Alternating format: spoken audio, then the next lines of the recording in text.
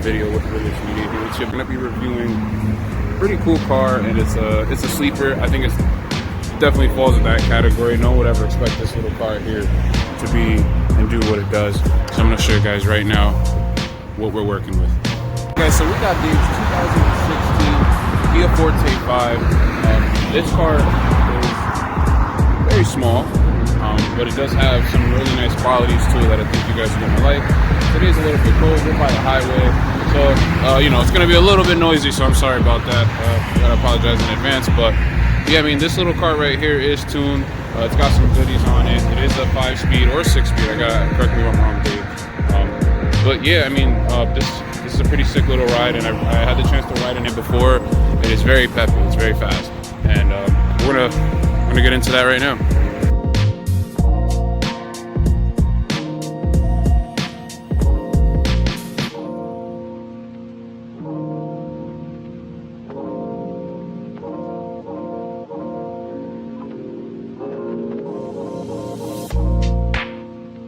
So Dave, tell us a little bit about what you got going on here. So it's pretty much stock. I just have a catless downpipe, intake, pile blow-off valve, a hot pipe, and a 2.5 exhaust. How much power are you making?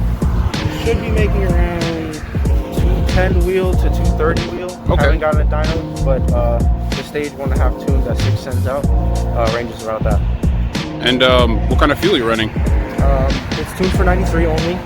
I want to go meth injection later, but it is still my daily, so I don't think I want to touch any of that.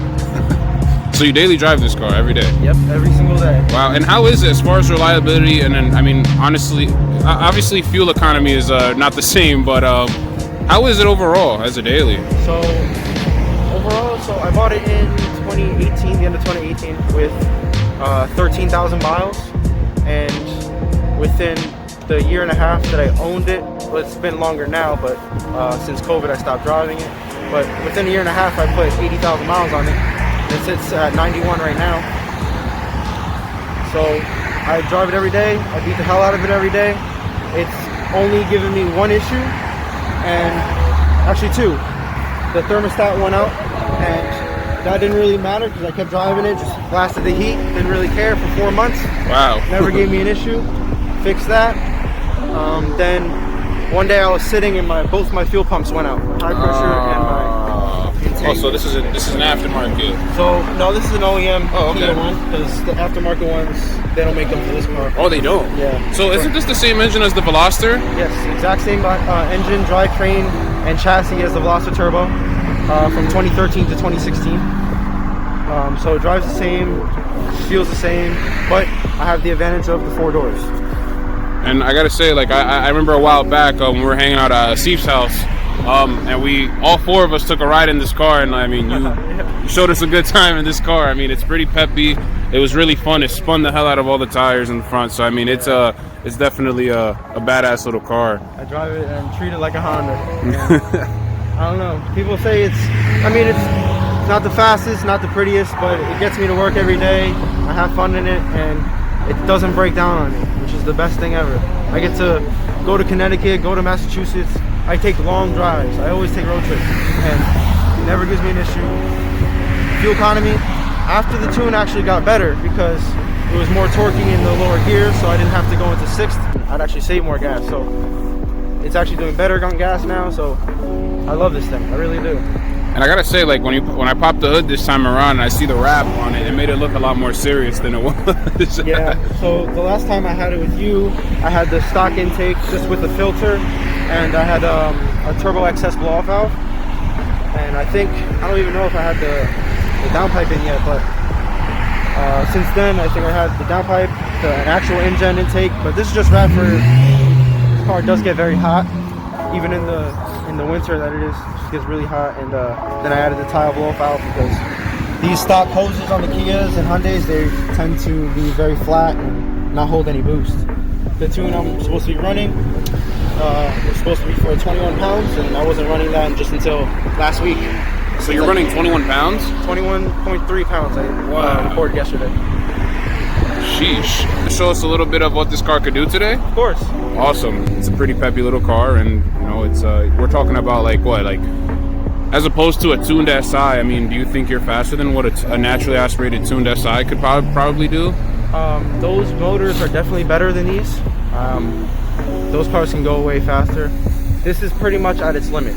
Okay. As a daily, I've seen these go to 300, 330 wheel, but that's with big turbo kits and forged internals, and obviously I don't want to do all that. And they have forged internals for these cars. They make those kinds of parts for the motor. Okay. They're actually pretty cheap too. Wow. I mean, you could probably build a motor like this for $3,000. Wow. Forged internals, throw a big turbo kit on it, and run 400 wheel with meth injection. Oh, that's not bad at all. They're really for $3 fun. grand, I mean, around $3 to $4 grand. I mean, that's not bad at all. I mean, the nature of the car in general, to spend that kind of money on it, to get that much, you know, product out of it, I mean, that's not bad. I mean, you guys could take a look. This car is, it's not big. It's a very small sedan, well, hatchback, and I think it looks great. I think it's stylish, you know what I mean? It's not over the top. It's very subtle looking, and it's not in your face, you know? And again, it goes back to what being a sleeper is, and I think this car definitely falls in that category very nicely. So yeah, I just wanted to definitely show you, just so you know I'm not lying. It's got third pedal. It's ready to go. So obviously this is your daily. Now, we weren't able to, you know, check out the real project, unfortunately, but I know you're a DSM guy. Yes. And mostly everyone knows you as the DSM guy, so. Yeah, I don't post this car much just because it is my daily and I don't do much to it. So, and it's just not as pretty as my other car. But that car will be out soon. Just sourcing a transfer case and we'll pretty happy about it. So once I get that in, we're gonna have a lot of fun with that car. Absolutely.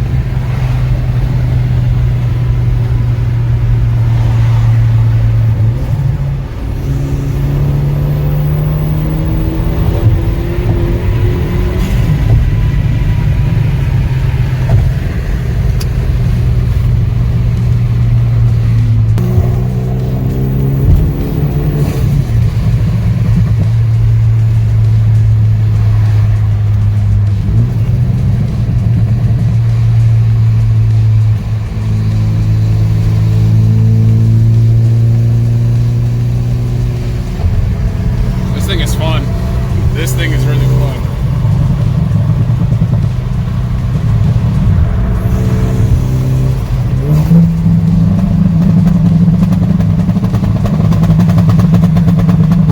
Wow, this thing is crazy. Please.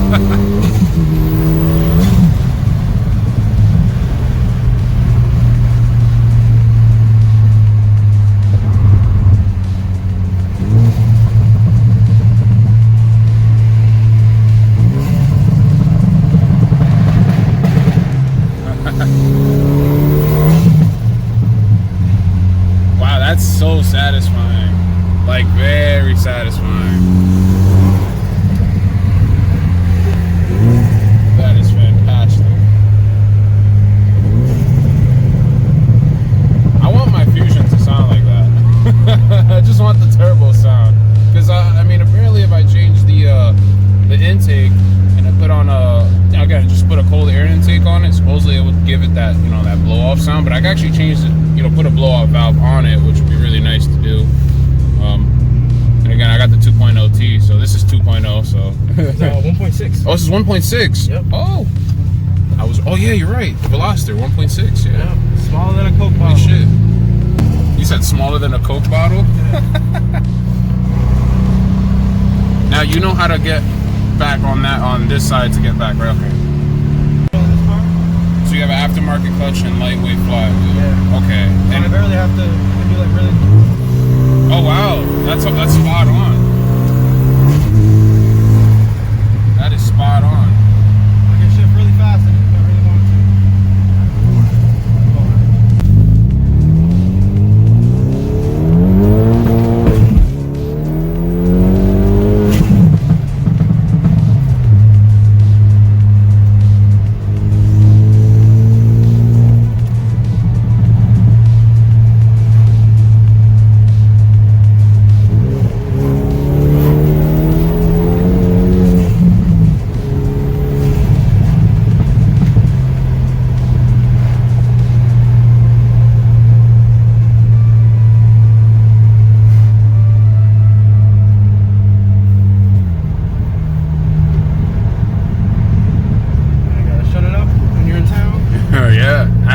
it's funny, no one ever would suspect it either once you do shut it up. It's just a Kia Forte. Yeah, exactly.